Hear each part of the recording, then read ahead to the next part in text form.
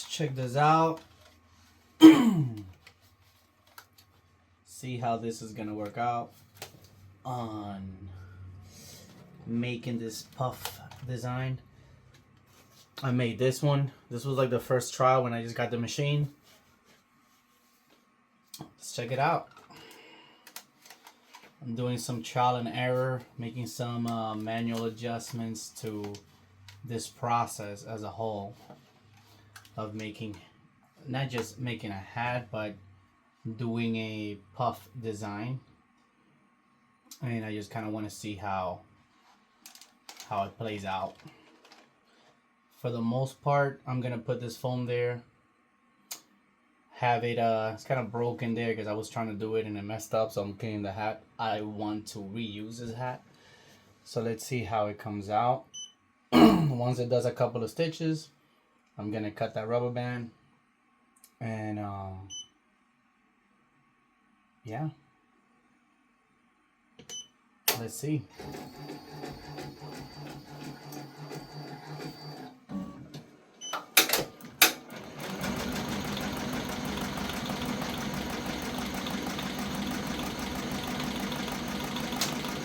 Boom, I just cut that. And let's see how it goes.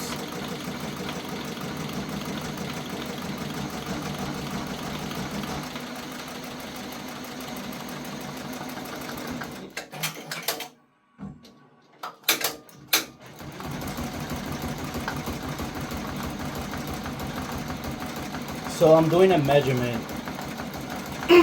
Excuse me, so I can set a standard on these machines on how low you can go for an embroidery. I also have another machine, is a Melco, which allows me to, go a little bit down. I'm trying to see the difference and, when I'm pushing my limits on this one versus the other one. Also, I'm not able to do puff in the other one, so I like this machine because it's easier to go about doing it. The other one is more technical, a little bit more, how can you call it? What can you call it? It works different. It's amazing. I love it. Don't get me wrong. Puff is something that is not gonna make or break my business. Personally, I wanted to be able to do puff. To offer it, I don't know, but for my personal, yes. I'm not gonna go and cheap out and offer this very, economically. I'm gonna be, within good pricing. So a lot of it is just kind of testing this out. On my first hat, I was missing a little bit of. It has orange foam. Try to get a color foam that matches the color you're gonna use. A lot of it to be able to hide it better, or just up the density. Worst case scenario here, I had to work this one a little bit, put more fill, more density on this. So when I set it up, it looked really good though, by the way, just for being the first one. I just want to see how this one's gonna come out. I filled it up more. So I'll walk you through kind of like this process that I'm doing.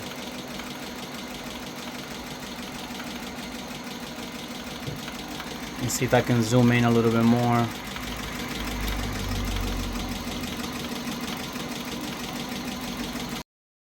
Gotcha. So we're gonna speed the video a little bit up so you can still see the embroidery happening, but you're not dealing with the whole sound and all that craziness. The speed is still 600. All right, but if I would have left the sound on it, you would think that the whole process, the machine is running crazy, really fast, and it's not like that. I just wanted to make sure that you kind of we're still able to participate and see the process. Guys, emphasis on hooping. This type of hooping is not hard. Once you know the technique on how to actually hoop it, these are, I think, the best hoops. I've been using them for years in other machines, or they're same type of thing. That whole fast hoop that some people like to do, that narrows down your embroidery area. And nah, if you're gonna be doing embroidery, learn how to do embroidery. This hooping is not hard. Literally, it's not hard. I'll probably make a video on how to hoop properly your hat, so you can kind of add that to your thing. But hooping is very important. Just keep that in mind.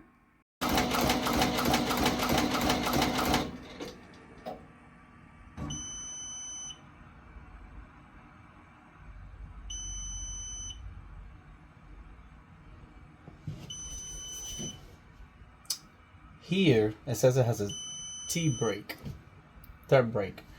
I'm gonna press OK. The thread is still there, and I'm just gonna press go. See what happens with that.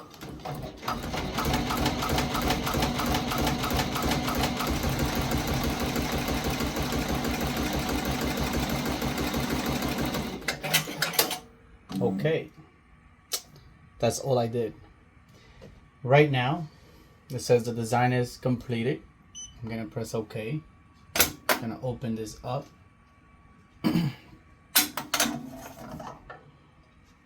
This is what we're looking at. Let me just make sure that you guys are looking at what I'm looking at.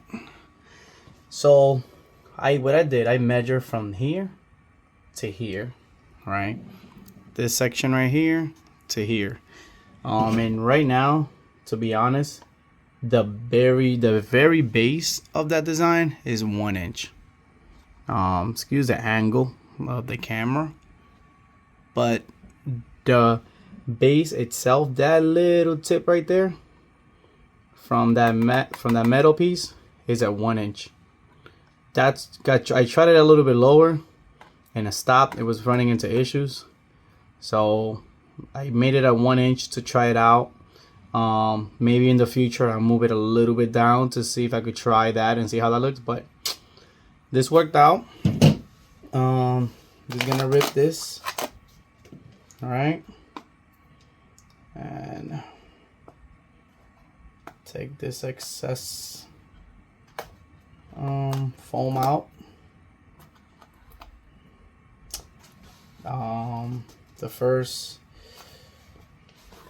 So you're gonna have things like this, okay, and you're gonna hit this with the gun. You're gonna poke those big pieces in there, all right? So I'll show you. So I have the hat still. I want to try this out. That's plugged in, and I'm gonna grab a needle, kind of poke these in as best as I can. They don't have to be all in. This one looked really bad. Like, this one looks way better when it first finished. So I'm just gonna kind of either take those large chunks out or rip them off carefully that I don't damage the thread, because for the most part, that's why the pointy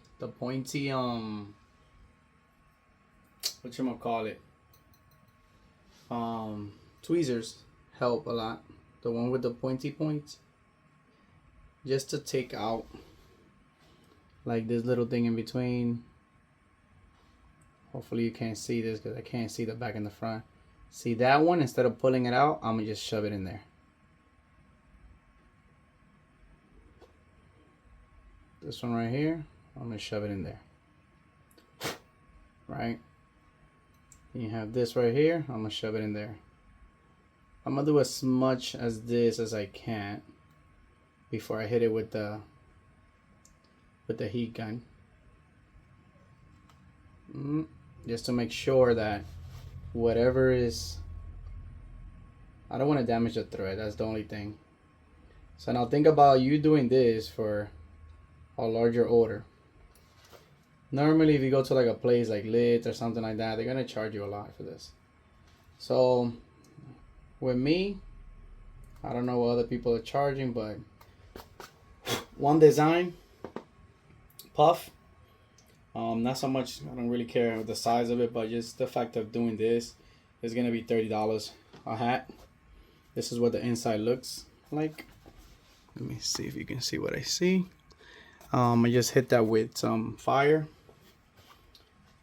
at the end, but this will cost about $30. I am not gonna do this for less than $30. If you want a name on it on the side, it's gonna be $5 more. If you want a name on the side and you want to put a number in the back or something like that, I'll probably do the name in the number in the back. For example, for a total of $7 extra, so $37. I normally sell a flat design for $25 with the hat. Now I do have a minimum of 7 items. Guys, I stay busy all year round. Just because somebody can do it cheaper, especially here in San Antonio, in my area, there's people that they give away their work. Mind you, the quality of work that you're able to do versus people that are getting paid less, right? They're not going to be as detailed as me. They're not going to care as much as me. So I charge for that. Because I try to make my stuff, like my friend says, looking like it's from the store. You know what I mean? The better it looks, the more I can charge. That's why it's not like this is wasted time or anything like that. Well, right now, guys, I'm gonna show you what I have. I think most of the major, I have a little crazy thread that came out. Most of the major things are off. You can kind of see those. So we're gonna hit that with the heat gun. Just wait till it's hot. When you are hitting it with the heat gun, make sure you don't leave it in one spot for too long. Now, how long is up to you, but you know what I mean, okay? Once it's hot, it's good to be like, okay, now let me apply it to the hat, because at least you know that it's not getting hot while it's there, okay? You're not waiting for it to get hot. You want to make sure that it's hot, so as you're swinging, left to right, the heat gun is doing what it's supposed to be doing. So I'm just gonna hit it, and that foam starts shrinking, guys. That foam starts shrinking. When you do this, by the way, do a hat thinking that you're trying to mess it up. Be like, hey, I'm gonna see how this goes. I'm gonna follow Alex's instructions. Do it like you're trying to mess it up. Because if you're trying to do it to get it right, you're putting too much pressure on yourself. So do it like this. Willie, thank you for the training on the machine, because he was the one that trained me on this machine. There's a couple of things I still got to figure out and go about it. I already have experience with my Melco machine, which I love it, and I'm loving this one too. I think they both have usage, individual benefits. That's where I started with the Melco. This one is more of a friendly price to start. But it is a really good. This is the BAI Vision. I'm liking it a lot. I'm liking the pricing. I'm liking the features that it does bring. For the most part, I was looking for a machine that is able to get the work done. Add to that one. I'm not gonna stop using my Melco. I actually wanted to have, a second machine, and I was okay with getting a different brand. Ooh, that's getting hot. But as you can see, I'm moving it left and right, okay? That matters. You're gonna start feeling this getting hot, so just give yourself a break. As you're doing this, even when you stop, the foam's still shrinking. You can tap it with your hand and kind of help it out a little bit and move a little bit of the threads, but the foam's still shrinking, because that's what it's supposed to do with the heat gun. Okay, you can see tiny little bit of the foam, but that's gonna go away. This one has the same thing. This one has orange foam. Right now I'm ordering more. Excuse that. Cool. So sorry about that. I had to cut the video off. Yeah, this is gonna be shrinking a little bit even after the fact. So Um, every time as you're hitting it with the heat, you know, give it a little second, hit it again, hit it with the little poking, you know, whatever you have, a needle or something like that, but to kind of hide the little foam.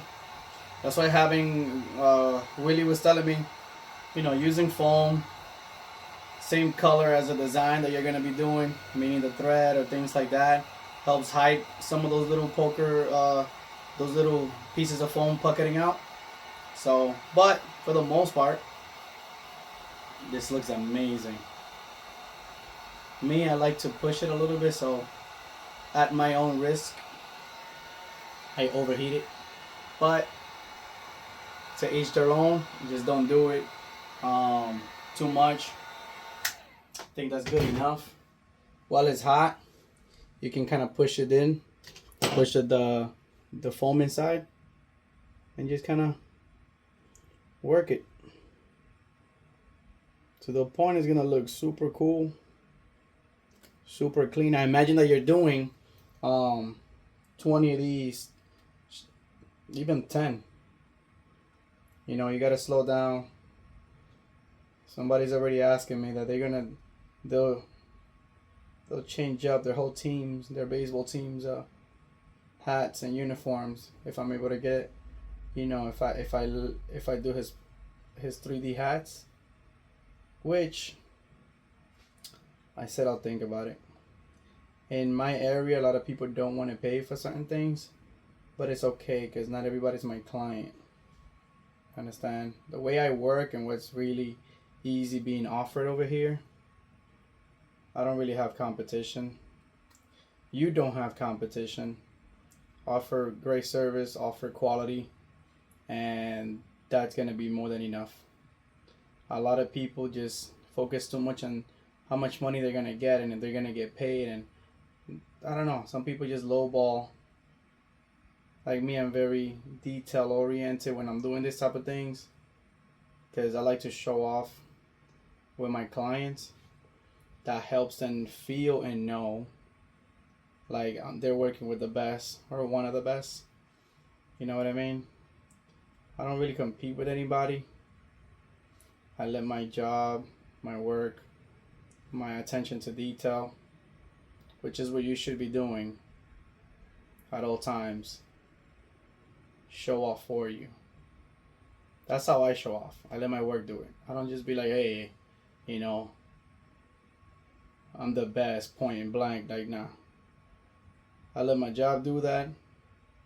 And then when the customer tells me, hey, Alex, you're super, like, you're really good, man. I'm like, I'm the best.